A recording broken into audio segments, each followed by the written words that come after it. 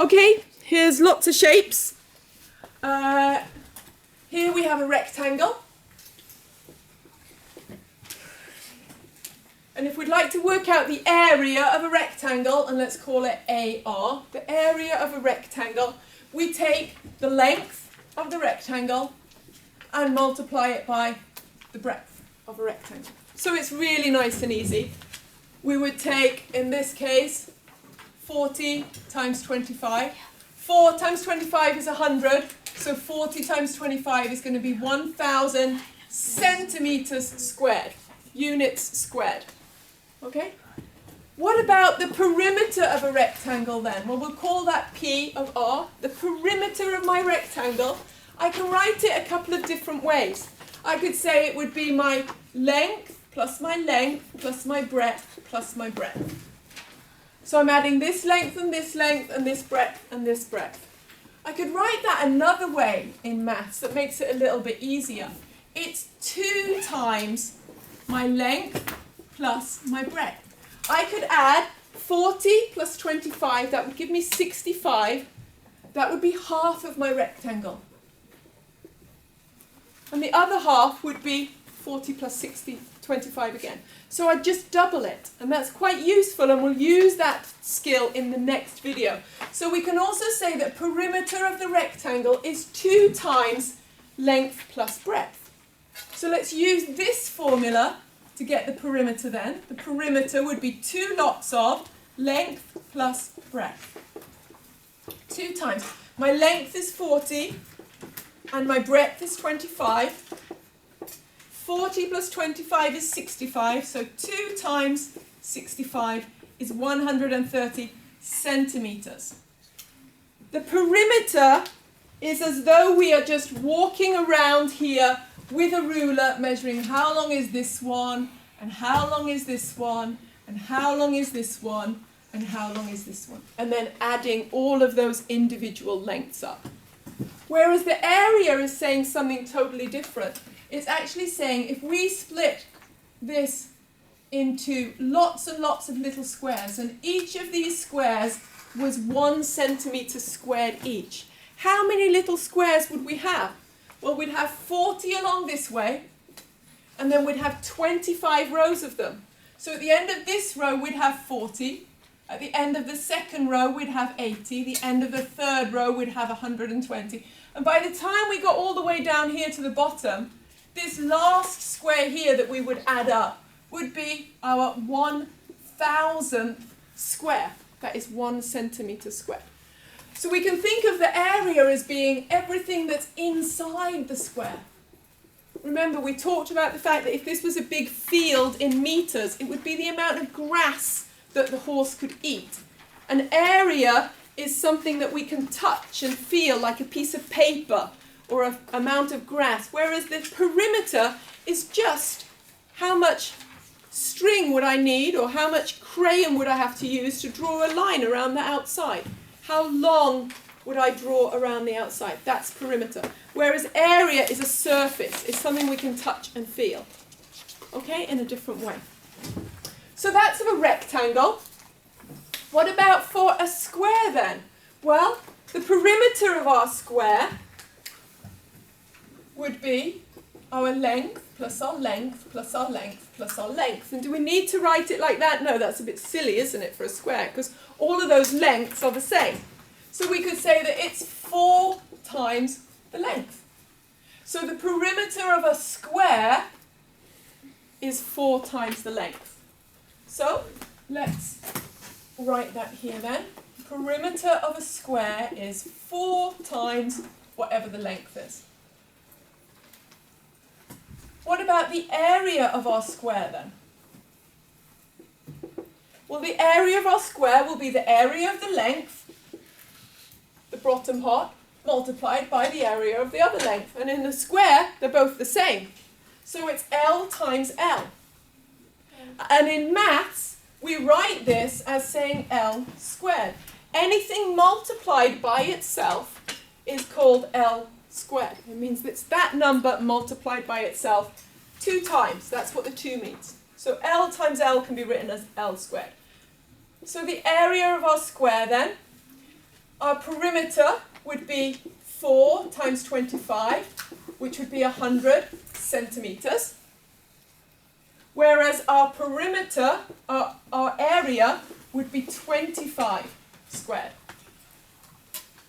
which is 625 Yes.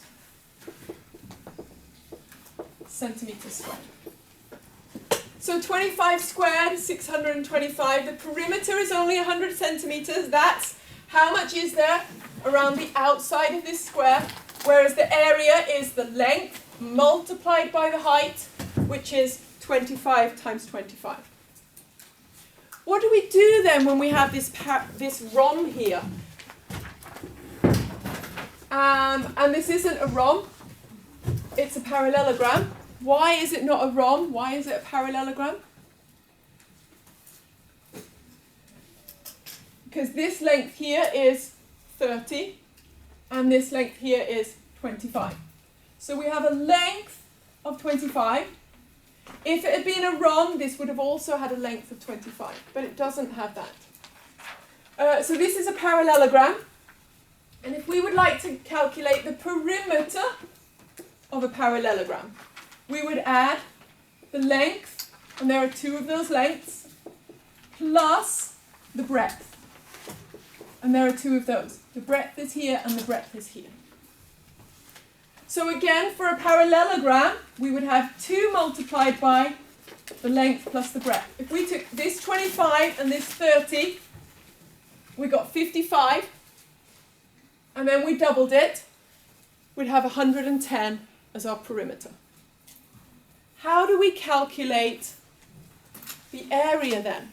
A lot of you are tempted to use 25 times 30, the length times the height, because that's what you're used to doing when it comes to a square. But you can't do that in a parallelogram, because then you get far too big an answer. It would be like taking a whole rectangle that was 25 long. But you can see there are areas of this parallelogram that are cut out here. If we did 25 times 30, we'd be saying that would be the same as a big rectangle that is 25 times 30. But we don't have that here. We actually have corners of our parallelogram cut out. Let's say that we were to chop this little bit off here and take it away, turn it upside down and just flip it around and put it here instead. What we'd have is, we would have a length of 25 centimeters, but this 30 wouldn't matter here. The only thing that would be important would be this height, the perpendicular height, which is 25 centimeters. So if we were going to calculate the area of this parallelogram, we take the area of the base of our parallelogram, which is here, and multiply it by this extremely important, what we call the perpendicular height. And that is, it's going at any point up here, at a 90-degree angle, it's jumping down and cutting the bottom base. So this is extremely important to understand the difference. You are able to use this length here when you're working out the perimeter, of course, but not when you're working out the area. To calculate the area, you need a line that goes up from this line, starts at 90 degrees, and then goes down to the other line, also at 90 degrees. It's a perpendicular height. So the area of a parallelogram is the length times, and I use this symbol, this symbol means perpendicular. It's a 90-degree angle. So I take the length times the perpendicular height to get the area of a parallelogram. So in this case it would be 25 is the length and 25 is the height. So the area of this parallelogram would also be 625 centimeters square.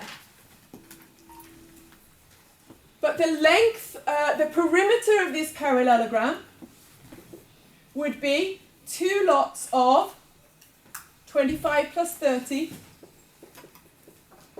which is 2 lots of 55, which is 110 centimeters. So here we had a square that was 25 by 25. Here we had a parallelogram that was 25 by a perpendicular height of 25. Both of these objects had exactly the same area, but the square had a perimeter of only 100 centimeters, and the perimeter of the parallelogram was different because the lengths of the sides were 5 centimeters longer. Okay? So, this is extremely important when it comes to rhombs and parallelograms. Knowing that you use the perimeter and you have to use the actual length of the side for the perimeter, but when it comes to the area, you have to use the perpendicular height. And this is something you need to be able to use for triangles as well, because it's exactly the same rule. Here's a triangle,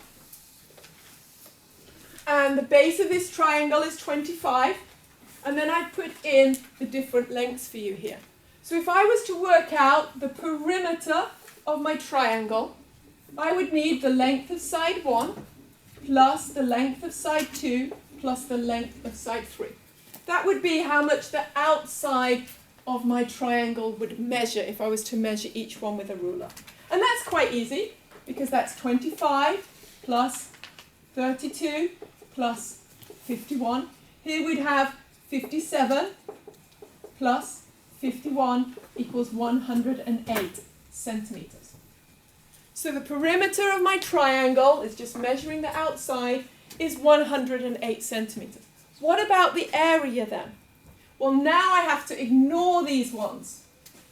The length of my sides, I'm not interested at all when it comes to the area of a triangle unless it's a right angle triangle.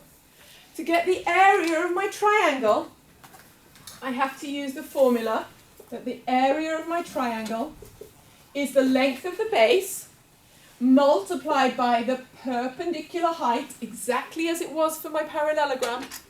The 90-degree height is the important one here, divided by 2. Why is it divided by 2? Because the length times the perpendicular height would give me a big rectangle. And a triangle is only half of a rectangle. If we look here, if we made this into a triangle, the green one here, what would be the area of this green triangle? It would be the length times the breadth divided by 2. The length times the breadth would give me the whole square. Half of it would give me the area of my triangle. And this is the most common mistake I see when you're working out areas of triangles. You take length, you take the perpendicular height, and then you forget to divide it by 2. And then you're giving me the area of a square or a rectangle. So don't forget that. It's very, very important. So here, the length of my triangle is not this dotted bit. It's this 25 that's here. This is the length. This is where my bottom line starts and stops. It's 25 centimeters long. My perpendicular height, there was no way to get a perpendicular height within this triangle, so I had to do these help lines. And this is something I'd like you to practice a little bit doing. You draw these lines all the way back here until you can get a 90-degree angle from the corner up here. So this corner has to go down at a 90-degree angle, and you can draw it using a protractor. And then you extend this line, make a line and just extend it of the base. And we can see that that is 25 centimeters when we measure it. So the perpendicular height is 25, the length of the base was 25, but because it's a triangle, we divide those two products by 2. So we'd have 625 divided by 2, giving us 312.5 centimeters squared. So this is how we work out the area of a triangle. The base area times the height that is at 90 degrees from this base up to the point. Quite often you can do it in the triangle. If we look at these, here's a triangle where